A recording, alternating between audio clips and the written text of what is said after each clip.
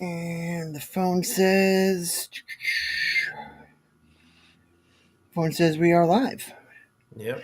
Yep. So good evening, guys. I am Mike Geary, the founder and managing director of Hellfish Haven. I'm here with Travis, Oscar Mike Radio, United States Marine Corps veteran. Won't hold it against him, and Army veteran myself. And tonight we've got a guest from one of the larger states in America, and he's a nonprofit founder and CEO himself. Of the nonprofit. Whoop, you got me playing in the background. Watch myself, trying to get the views up. But we got Justin with us tonight, and he's a Project Heroes First Yep. organization. Myself and Justin got connected 2 years ago. Yeah. 2 years ago.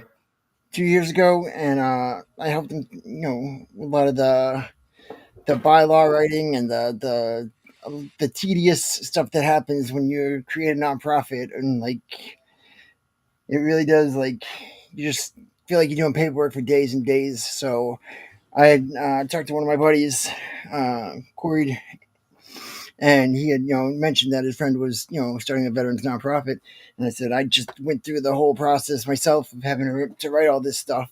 So I figured if I had the opportunity to, that I would share what I had instead of, like I said, always about, sharing knowledge instead of holding it as collateral. Like I'd rather, give it away to people and let them use it and help vets where they are. So Justin, would you like to touch base on what, you know, the project is and, how you guys are doing so far? Thank you for having me on your podcast. I really do appreciate it. So, my name is Justin Torres. Like Mike said, I'm here in San Antonio, Texas, Central Texas, New Braunfels, Seguin, Cibolo, Shirts, San Antonio, Bernie, all that fun stuff. Project Heroes First is sort of a one of a kind type of nonprofit.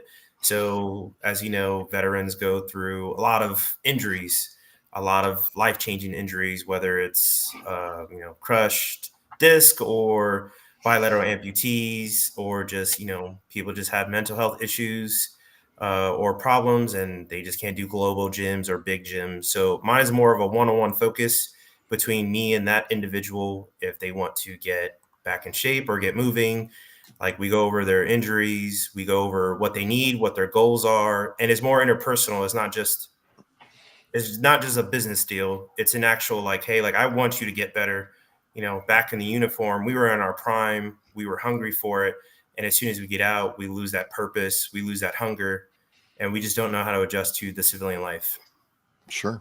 Sure. So I used to work for the VA as a student worker, so I tried my best to understand the ins and outs of our benefits, whether it's medical, educational, and just benefits that certain states and cities and counties offer us. So I try to absorb as much as I can, so I can be a one-stop shop. So the best times, even though people want to disagree sometimes, we all had together was PT, the motivation, the joking around, you pushing yourself to be better, like on the 15-mile ruck or the PT test where you have to sprint the last quarter mile to get done.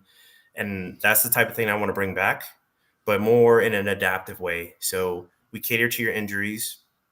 We have one-on-one focus of what you're going over. We're going to have a body scan, see what you're eating, how you're sleeping, because that's the biggest part, your water intake, pretty much everything all together. And then we're also going to focus on mental health. If you feel good and look good, you're going to think better about yourself. You're going to have that confidence again. You're going to look yourself in the mirror as like, this is who I was before I got hurt, before I got out. And it's just realizing you have a new purpose. It's not going to be the same purpose, but it's a new purpose, and it's a better purpose for yourself. Gotcha. So going the whole health approach instead of just focusing on physical or just on mental, doing a little bit of everything.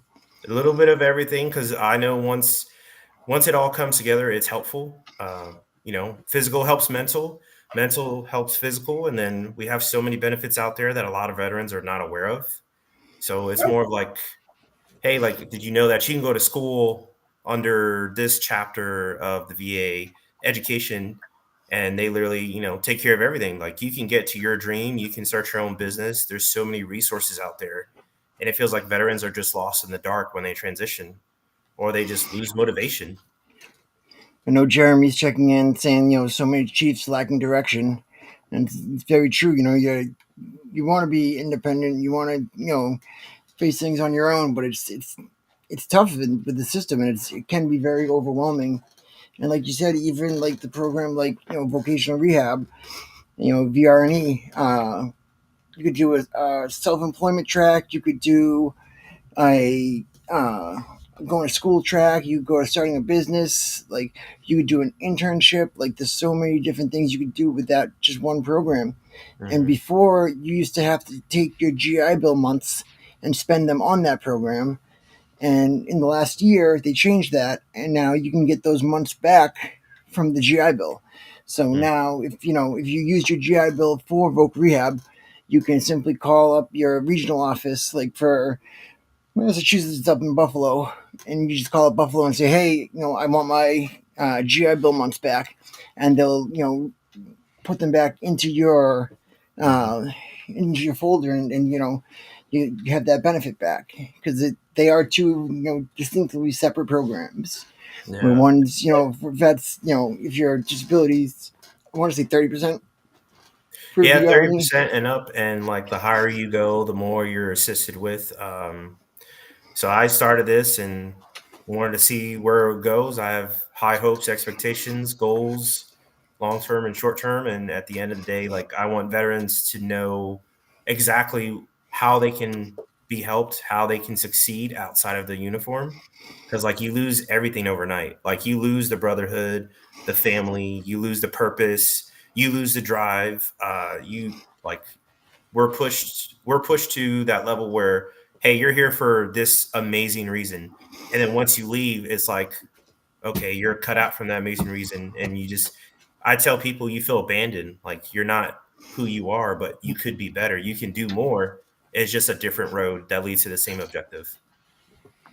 Yeah, and So did you find that your transition was like that? Like when you Actually, my left? transition was rough. I left out of Fort Campbell, and when I transitioned, I didn't know anything at all. Like, I know all the senior enlisted and the officers were assisted, but the junior enlisted, we didn't know what was going on. They told us how to do a resume and where to look for jobs, but I wasn't aware of any of the benefits at all. so how did you come to start your your outreach to Project Heroes First? Was it just dealing with the VA and other veterans, or was it your own story? Where did that genesis come from? So Project Heroes First, like, we military is high prone to athletic injuries for what we do. A lot of people may not agree with it unless they've been a part of that life. Um, the I've lost quite a few friends to suicide. Actually, a huge handful of them. And the only time I've ever seen them truly happy and, laughing is when we would all work out together. And we would always have to change how we worked out because some had different injuries than others. Some couldn't do what others would did. So we would adapt to it. We would modify what's going on. And that brought us closer together. It's I hard. gotta, Oh, go ahead. Go ahead, Mike. I just gotta grab Jose some water. I will be right back. All right. So, as you're going through this, you're seeing veterans hurt, and the thing is, I can actually speak to this. 2.5 years ago, I ruptured my quadricep tendon, and my ortho was like, "Hey, did you ever injure that leg in your lifetime?" I said, "Yeah, that's why I got booted out of the Marine Corps." He's like, "Well, it decided to fail, and it has been brutal trying to get back to where I was before I got hurt. It's been a long road. I mean, I could just recovered, right, and gone on with life, but to try to get back to where you were physically, it's hard, sure, but man, mentally, there's an aspect too. And I'm just curious, that has to be part of your outreach because looking on your website, I'm like, I have my problems, but there's guys doing amazing things with some really catastrophic things going on. I mean, what's that like for you? So it's actually very inspiring. Yeah. If you ever go on the website, the very first picture you see is actually a Marine veteran. His name is Mike. He's, a bilateral leg amputee. And he's like the biggest inspiration because he's overcome so much and now he's just killing it out there. He's heavy into CrossFit and powerlifting. He's actually competing this weekend at the W.A.R Games, which is an adaptive CrossFit competition. He's a very humble guy, even though everything he went through. And like I've met so many people being a part or trying to include myself into that kind of atmosphere and family. And it's just like, wow, like I have some injuries, but there's people that have it worse than me and they're still kicking, they're still moving. Okay, so how can I give them this platform to where, okay, there's more veterans out there. There will always be, especially in San Antonio, military city, well, Audie Murphy. There's more veterans. How do we not know Vietnam veterans don't want to do the same thing Mike is doing? How do we know Iraq veterans don't want to do the same thing? Or Afghan veterans, or just those who Sure. just Sure. that got injured and never deployed, or just regular simple Joe that got out after 4 years but got injured. So Project Heroes First, there's people on my team that are licensed physical therapists, occupational therapists that have, generously volunteered their time. So like when you mentioned about your quad, like you have to rebuild that muscle. Once it's ripped or something changed drastically, you have to rebuild it with certain movements and certain tempo. Not everyone does that. Not everyone knows that. Especially in the military, we have that ego. Hey, I'm just gonna, squat 400 pounds and I haven't squatted in a while. I just came off an injury. Okay, you're just prone for another injury. So why not do, certain movements to rebuild it? Why not you do, certain yoga techniques to rebuild it? And that's what Project Heroes First is all about. It's a more one-on-one, interpersonal, like we're going to rebuild you, but we're going to rebuild you the right way. So this doesn't happen again. Yeah, for me, I did my physical therapy, pretty hard. Had to. I did rebuild the muscle. Did rebuild the area around it. It was just it's something else. But I've gained weight. We're trying to lose that right now. My left leg, from compensating for my right leg, has problems. Not insurmountable problems, but it's definitely different. So you're doing this, and it's really amazing. It seems like you've gotten PTs, OTPs, and other medical professionals to join in your outreach. How did you do that? Because generally, a lot of them won't. So the best thing is my girlfriend Emily Skipper. She's a physical therapist and she's been my rock. She's been pushing me towards it. Anytime I have a question, she educates me on physical therapy because I have injuries that are similar to other veterans, and I go in there ego lifting, which is not the case. And she's like, "Hey, you need to do this for a week, and then try it again the following." So Hey, when I did that, I like came back strong. I was like, "Oh wow!" She's like, "Yeah, I told you so." hey, Justin, is her favorite number 15? Say that one more time. Is her favorite number 15? No, it's number 11. Oh, really? Because my Yeah. PT was like 15 of this, 15 of that. You know, you're gonna do this, side straddle hop, thing 15 times. Oh no, she would tell me she would change it up quite a few times.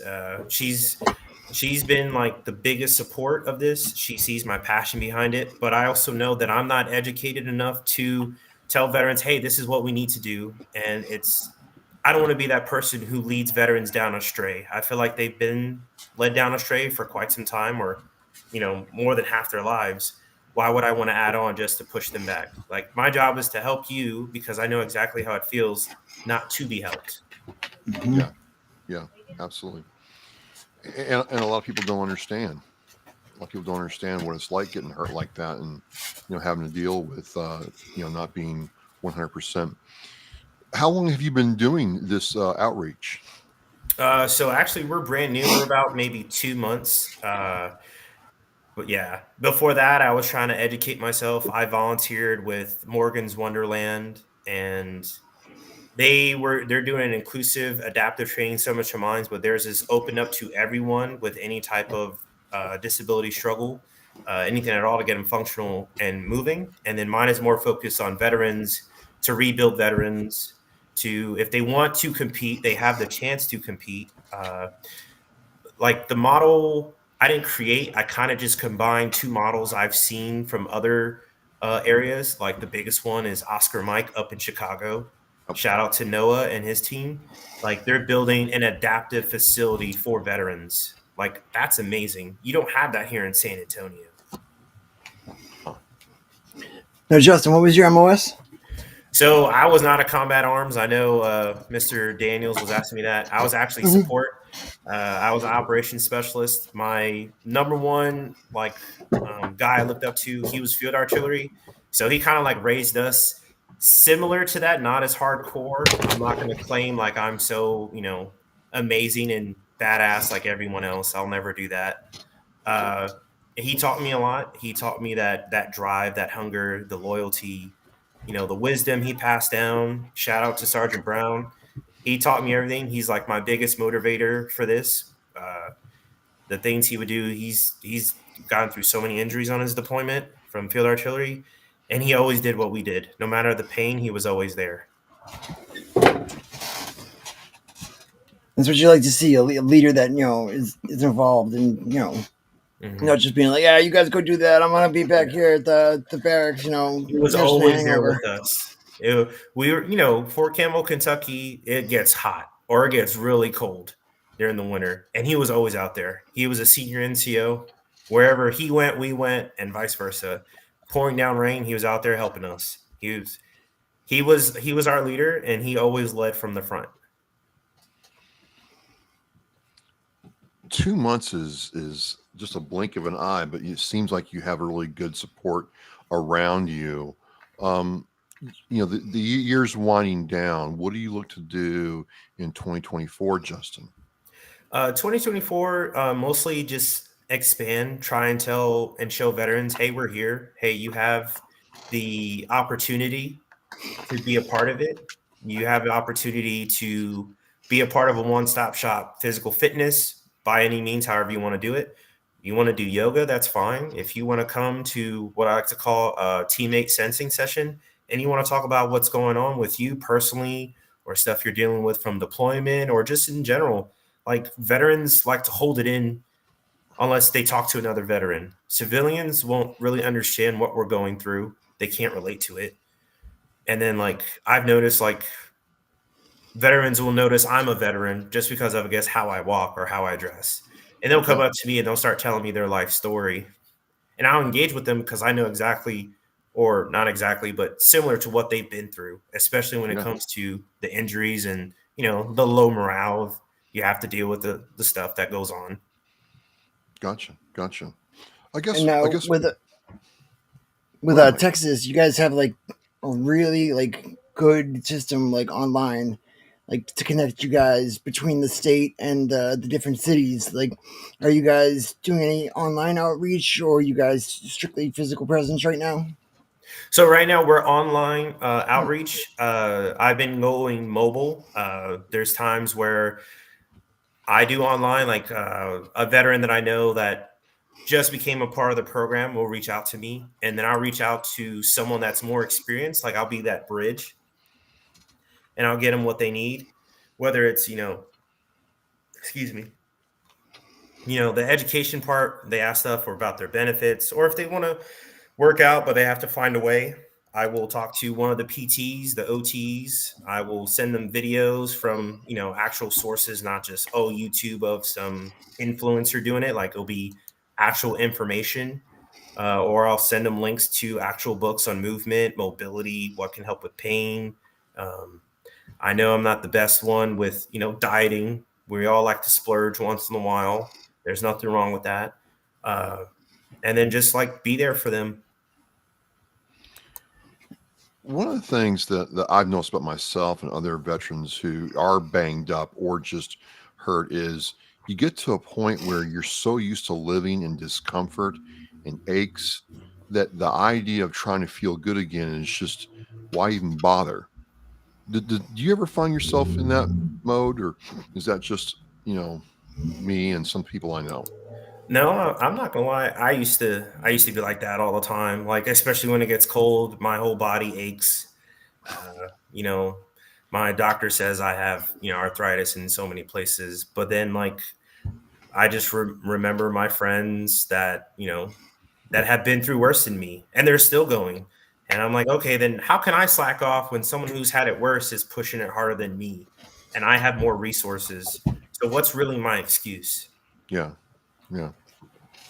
So it really is all about attitude.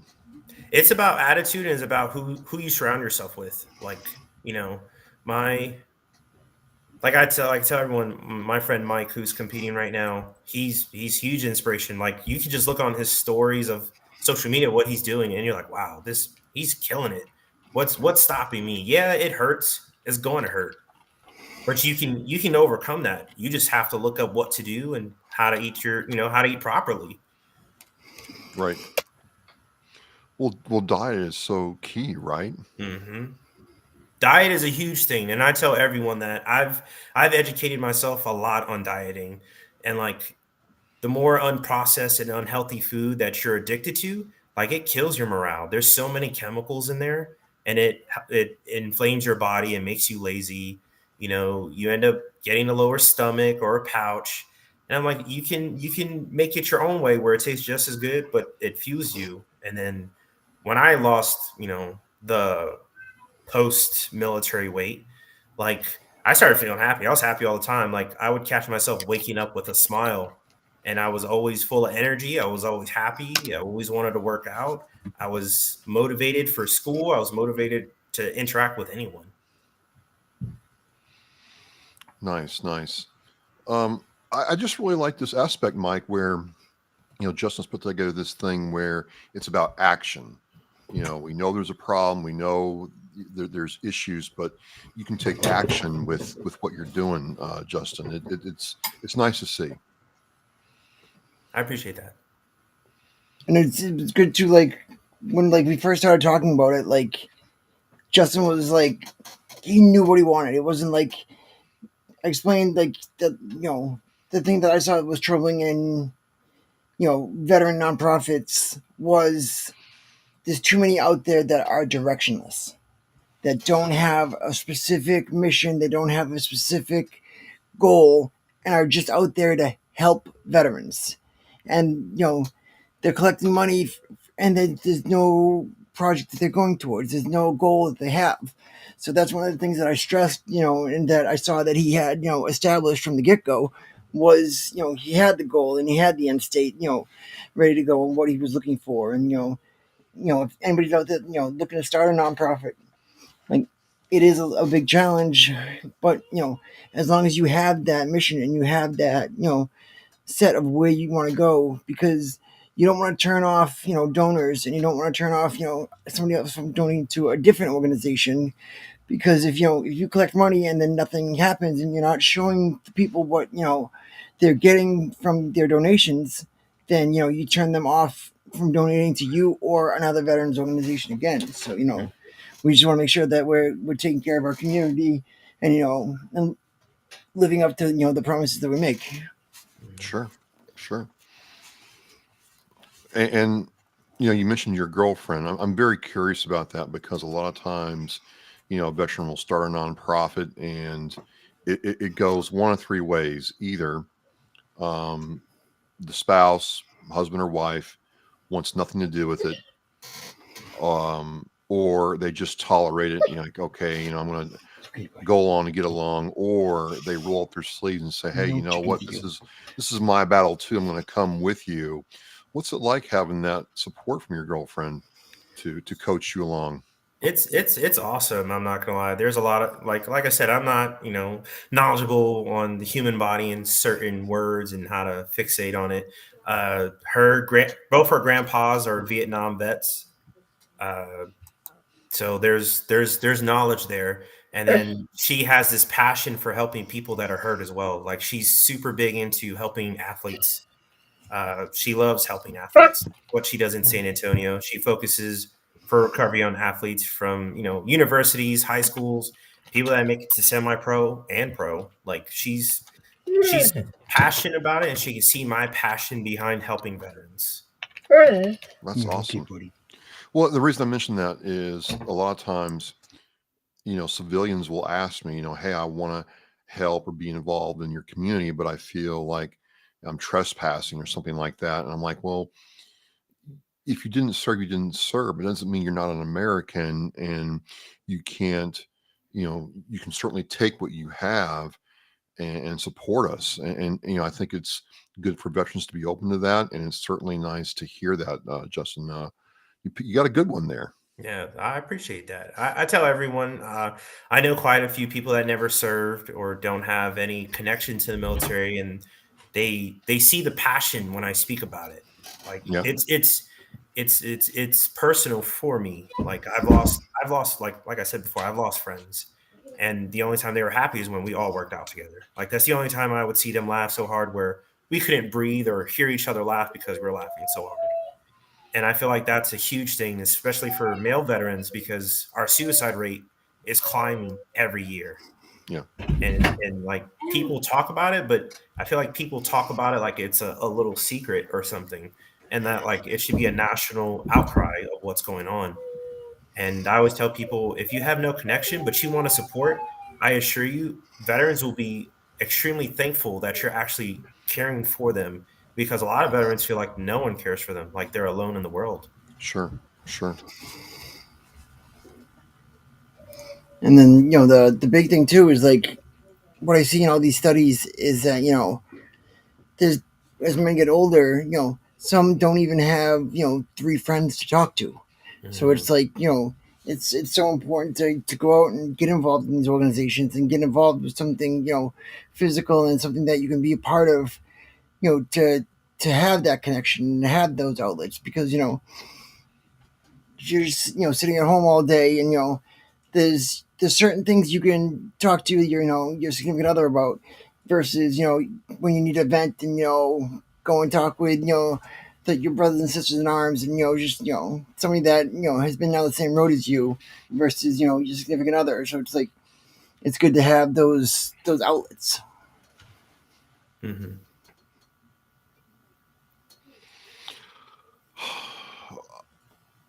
Did we get dropped? No, no, no, No, no. no, I'm still here. Yeah, we're still live.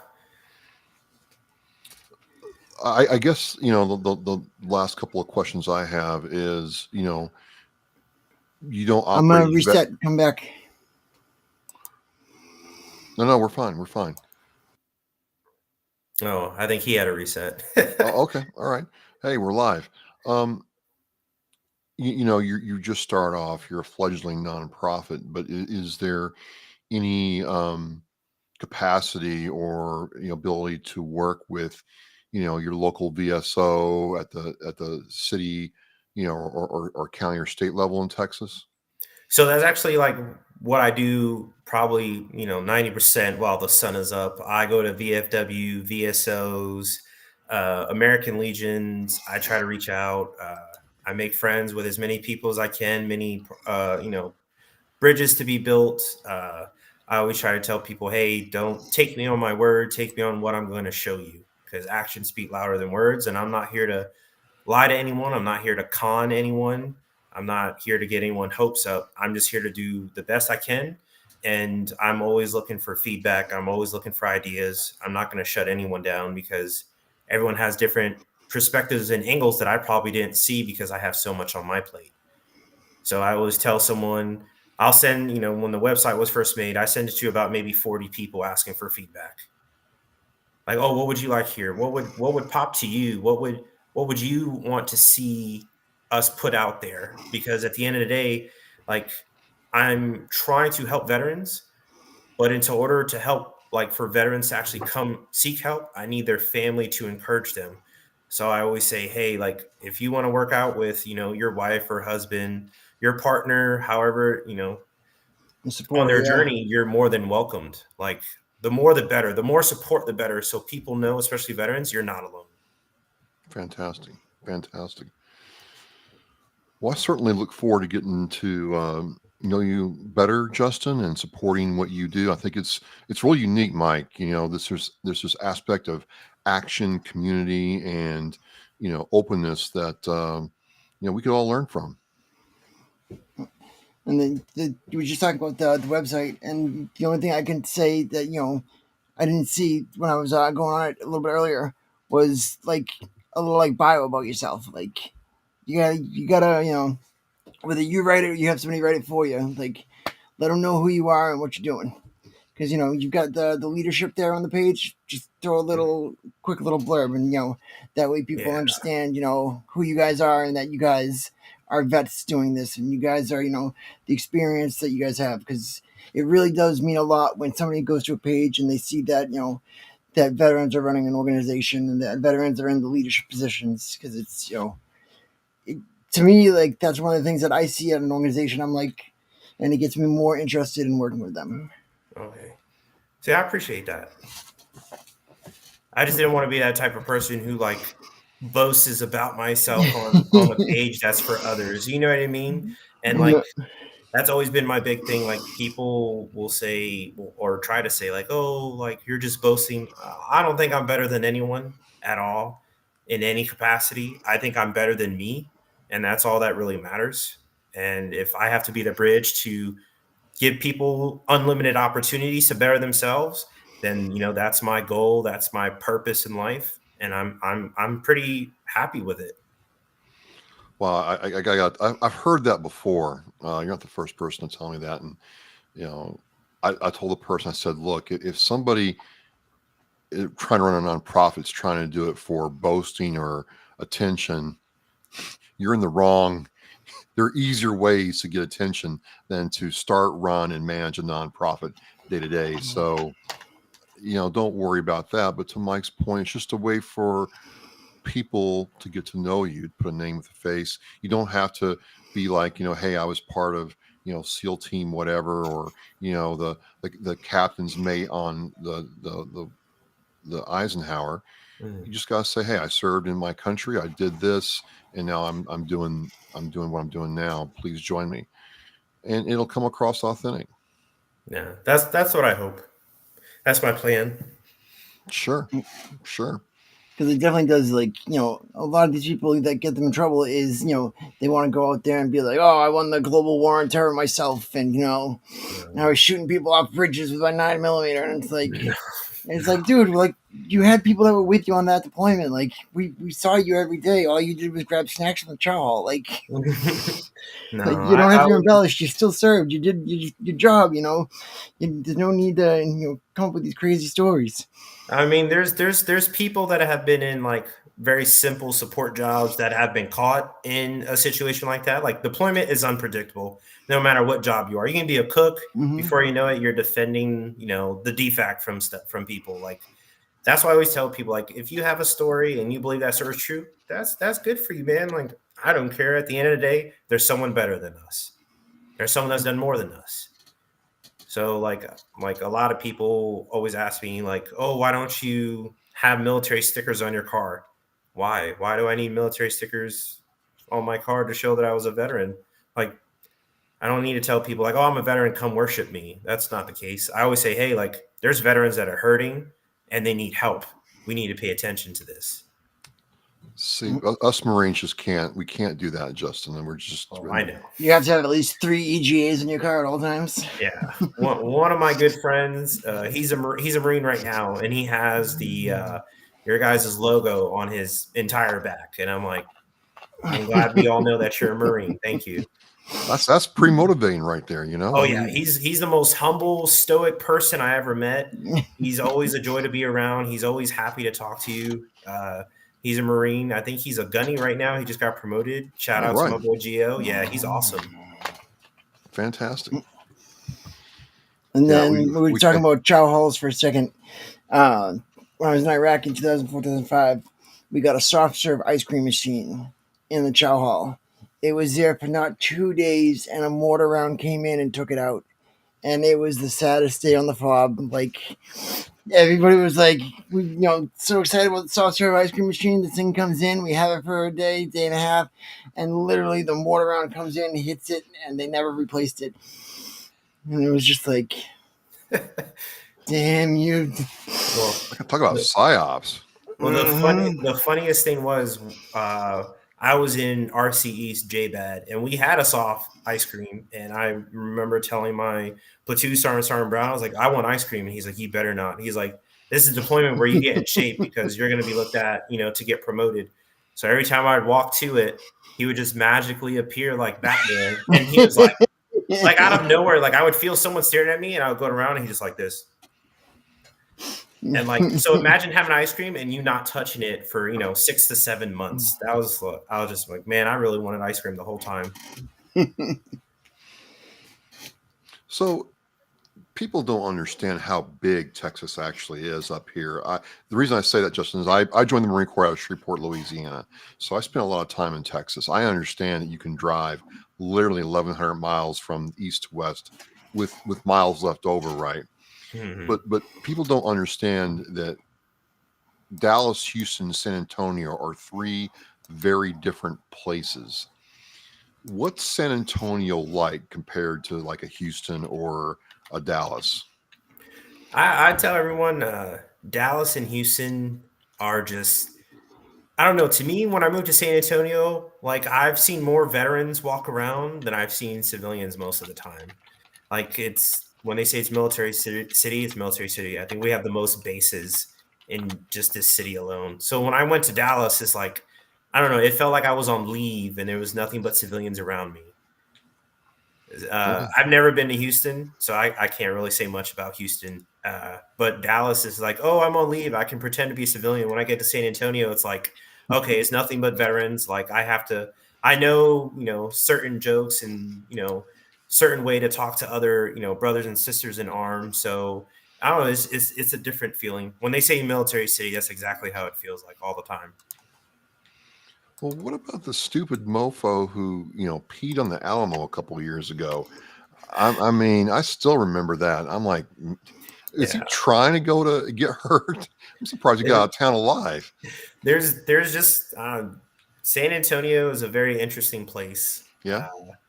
It's I don't think it's funny that what he did to the Alamo, but it just reminds me of the military because of how just free and transparent we are. We'll do the most the wildest things, the most audacious things, and civilians will look at us like, "What are you doing?" And then to us is like a another Tuesday, like, "Oh yeah, we do this all the time." Yeah. Well, I've got my show coming up at 8. Mike, do you have anything? I'm going to have to drop here in a minute, but Mike, do you have anything else you want to ask I'm Justin? I'm throwing in your Facebook, your Instagram, and what else you got out there for ways for folks to interact with you guys. Instagram, just the website for now. Everything's slowly, surely coming along. I'm not trying to have any missteps or, bite off too much more than I can chew, and it sets me back months. So, like the people that are on my team are, they've all been in the military longer than me. They all outrank me. They all have the knowledge. So they keep me on the right track because with me, being the face of a nonprofit like this, like you can get overwhelmed. You can go so many different ways and then just lose sight of the baby steps. So Definitely, the best thing I can tell you is don't worry about your numbers and quote unquote success. Like each veteran that you help is a success, and oh yeah. just continue to work with people, and word will get out there, and it'll come in time. It's not something that happens overnight, and you just keep working away at it, and make the difference in that one or two guys' lives at a time as you can. I appreciate it. That's exactly what it is. Rome wasn't built in a day. And Rome's gonna stay tall and high for years to come. That's my goal. Fantastic. And then so we got Pearl Harbor Day coming up, Yeah. and we have got Barry. I do not have a new location yet. We are still on the tour. We are bouncing around from location to location, hosting game nights at Legions, VFWs, nonprofits, cannabis companies. We've got a lot of things set up for the new year that we'll be releasing come January with a new newsletter.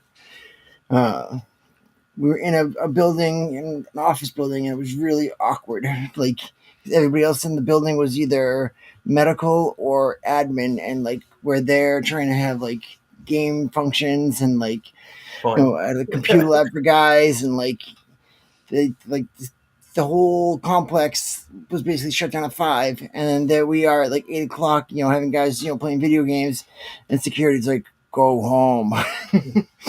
And I was like, all right. So, but we're still actively looking for a new location for Elfish Haven to set up roots again. But right now we're just enjoying the fact that we can pick up and set up in a place just over New Hampshire border. And we did Hollis, New Hampshire with Operation Dot the Dog.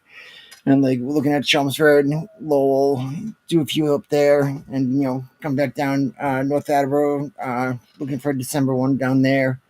And I know 22 Mohawks was looking to do something in Sharon, so we're looking forward to those. And Justin, thank you for jumping on tonight. Definitely appreciate you coming on a short notice. Mm-hmm. And then we'll definitely have you back on as as you're growing. You got more stuff. Feel free to share it with us, and we'll post it on our socials and boost you up. All right, And I then appreciate it. Travis, what's next for Oscar Mike? Well, like I said, we got monster trucks and good stuff Yeah. tonight. Bryce, the Warrior. Warrior Bryce on tonight. We got some Reese Across America radio stuff coming up in December, and just a fast 2024 start, man. And stories like this, seeing you in action, seeing what Michael does, really just drives it home that we're an amazing group of people, but we are really amazing when we work together and support each other. So, Justin, just thank you for sharing with us. Thank you. Absolutely. Thank you for having me, you guys. And thanks everybody for joining us tonight. We are WAR, we are resilient, and we are WAR. Yes. And, we look forward to having another one of these. As long as you guys are willing to watch, we'll be willing to post. Awesome. Thank you so much. Have a great night. Thank you so much. You guys have a good night.